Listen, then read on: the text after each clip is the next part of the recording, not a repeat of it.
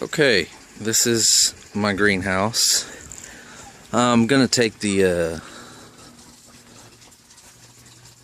stuff off the front there and probably put on some polyplastic. Cover the whole thing in plastic. I've got to get some tracks and run some spring wire through them to hold the plastic down.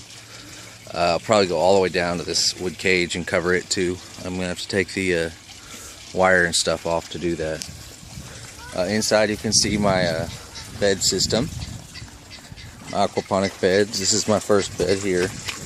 The sun makes it a little hard to see, but I've got some squash, different kinds of squashes, some broccoli. The onions are really taking off, and some peppers. You can see the little ones are seedlings that I saved the seeds from other peppers and grew. This one was bought.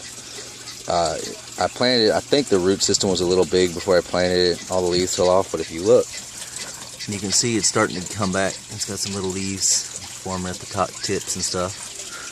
I've got a basil here. Same thing, problem with the root system. That's I think why it looks kind of sick, but it's looking a whole lot better than it was. Got some tomatoes. These again are seedlings I saved. The other bed doesn't have as much in it. I've got some stuff planted over there that I'm going to see if it'll pop up. I've got some okra and some corn. All these squashes you see, I planted them just as seeds. Same with the other side.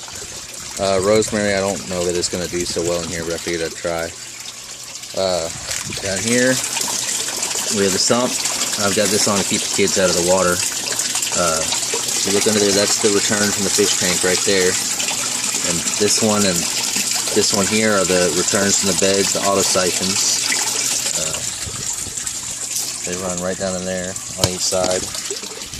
You can see down inside of there. They just emptied, but this one might go off in a few minutes. The pump's down there. I've got an extra hose right now. I've just got it running back in to add more oxygen to the system.